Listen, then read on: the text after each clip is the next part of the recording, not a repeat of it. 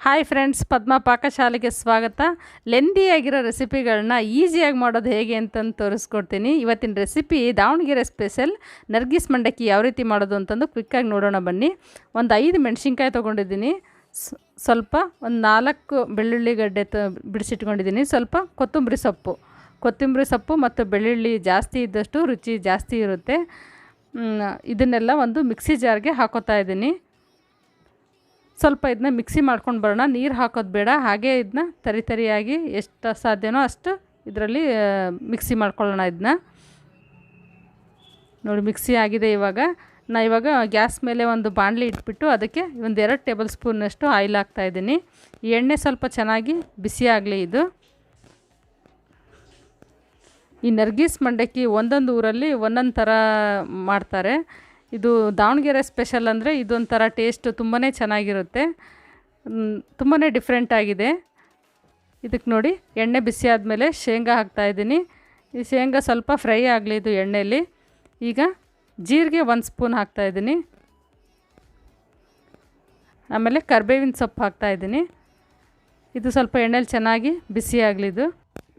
ಈ ನರ್ಗಿಸ್ ಮಂಡಕ್ಕಿ ರೆಡಿ ಆಗೋದ್ರೊಳಗೆ ನಮ್ಮ ಚಾನಲ್ನ ಹೊಸದಾಗಿ ಯಾರಾದರೂ ನೋಡ್ತಾ ಇದ್ದರೆ ಅವರೆಲ್ಲ ಪ್ಲೀಸ್ ಸಬ್ಸ್ಕ್ರೈಬ್ ಮಾಡಿ, ಪಕ್ಕದಲ್ಲೇ ಇರೋ ಬೆಲ್ ಬಟನ್ನ ಕ್ಲಿಕ್ ಮಾಡಿ, ಅಲ್ಲಿ ಆಲ್ ಅನ್ನೋ ಆಪ್ಷನ್ನ ಚಾಯ್ಸ್ ಮಾಡಿದರೆ ನಮ್ಮ ಹೊಸ ವಿಡಿಯೋಗಳ ನೋಟಿಫಿಕೇಷನ್ ನಿಮಗೆ ಮೊದಲು ಬರುತ್ತೆ.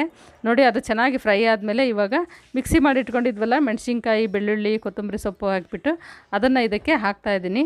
ಅದೇನು ಫೈನ್ ಪೇಸ್ಟೇ ಆಗಬೇಕು ಅಂತ ಏನಿಲ್ಲ, ಎಷ್ಟು ಸಾಧ್ಯನೋ ಅಷ್ಟು ತರಿಯಾಗಿ ರುಬ್ಕೊಂಡ್ರೆ ಸಾಕು. ನೀರು ಏನು ಹಾಕ್ಲಿಕ್ಕೆ ಹೋಗಬೇಡಿ, ಹಾಗೆ ರುಬ್ಕೊಳ್ಳಿ.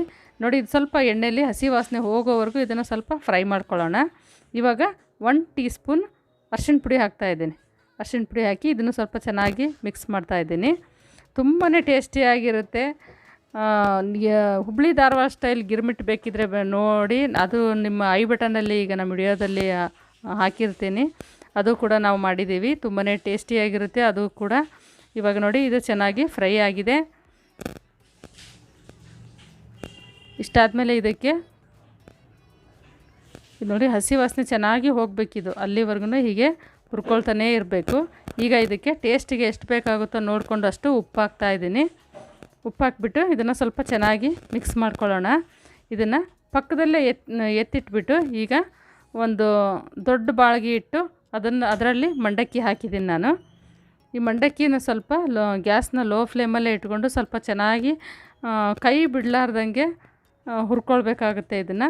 ನೋಡಿ ಇವಾಗ ನಾನು ಒಗ್ಗರಣೆ ಮಾಡಿಟ್ಟಿದ್ನಲ್ಲ ಅದನ್ನು ಹಾಕ್ತಾಯಿದ್ದೀನಿ. ಲೋ ಫ್ಲೇಮಲ್ಲೇ ಇರಬೇಕು ಗ್ಯಾಸು.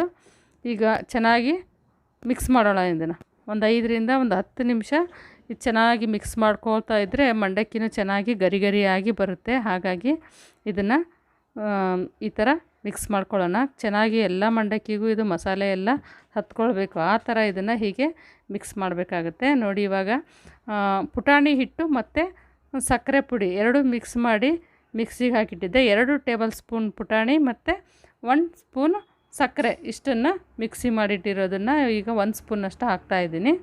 ಅದನ್ನು ಕೂಡ ಹಾಕಿ ಚೆನ್ನಾಗಿ ಮಿಕ್ಸ್ ಮಾಡೋಣ. ಇದನ್ನು ಈ ಮಸಾಲೆ ಎಲ್ಲ ಚೆನ್ನಾಗಿ ಹೊಂದ್ಕೊಳ್ಬೇಕು ಮಂಡಕ್ಕಿಗೆ, ಅಷ್ಟು ಚೆನ್ನಾಗಿ ಇದನ್ನ ಮಿಕ್ಸ್ ಮಾಡಬೇಕು. ಗ್ಯಾಸ್ ಹಚ್ಚಿರಬೇಕು, ಲೋ ಫ್ಲೇಮಲ್ಲೇ ಇರಬೇಕು, ಅಂದರೆ ಮಂಡಕ್ಕಿ ಚೆನ್ನಾಗಿ ಕ್ರಿಸ್ಪಿಯಾಗಿರುತ್ತೆ. ನೋಡಿ ಚೆನ್ನಾಗಿ ಇವಾಗ ಮಿಕ್ಸ್ ಆಗಿದೆ. ಒಗ್ಗರಣೆ ಎಲ್ಲ ಕಡೆ ಸಮಾನ ಅಂಟ್ಕೊಂಡಿದೆ. ಹಾಗಾಗಿ ದೊಡ್ಡ ಬಾಳ್ಗಿನೇ ಇದ್ದರೆ ಚೆನ್ನಾಗಿ ಇದಕ್ಕೆ ಮಾಡಲಿಕ್ಕೆ. ನೋಡಿ ರೆಡಿ ಆಗ್ತಾಯಿದೆ ಇವಾಗ ದಾವಣಗೆರೆ ಸ್ಪೆಷಲ್ ನರ್ಗಿಸ್ ಮಂಡಕ್ಕಿ. ನೋಡಿ ಕೈಯಲ್ಲಿ ಹಿಡಿದ್ರೆ ಇವಾಗ ಎಷ್ಟು ಗರಿಗರಿಯಾಗಿ ಕ್ರಿಸ್ಪಿಯಾಗಿದೆ, ಹಾಗೆ ಪುಡಿ ಆಗುತ್ತೆ. ಈ ಥರ ಆಗಬೇಕು. ಕೈ ಬಿಡಲಾರ್ದಂಗೆ ಒಂದು 5ರಿಂದ 10 ನಿಮಿಷ ಈ ಥರ ಮಿಕ್ಸ್ ಮಾಡ್ತಾನೆ ಇರಬೇಕು. ನೋಡಿ ಇವಾಗ ಸರ್ವ್ ಮಾಡೋಣ. ಒಂದು ಪ್ಲೇಟಿಗೆ ಹಾಕ್ಬಿಟ್ಟು ಮೇಲ್ಗಡೆ ಕೊತ್ತಂಬರಿ ಮತ್ತು ಸ್ವಲ್ಪ ಚಿಕ್ಕದಾಗಿ ಹೆಚ್ಚಿರುವಂಥ ಈರುಳ್ಳಿ ಕೂಡ ಹಾಕ್ತಾಯಿದ್ದೀನಿ. ಮತ್ತು ಇನ್ನೊಂದು ಹೊಸ ರೆಸಿಪಿಯೊಂದಿಗೆ ಸಿಗ್ತೀನಿ. ಅಲ್ಲಿವರೆಗೂ take care, bye bye, thanks for watching.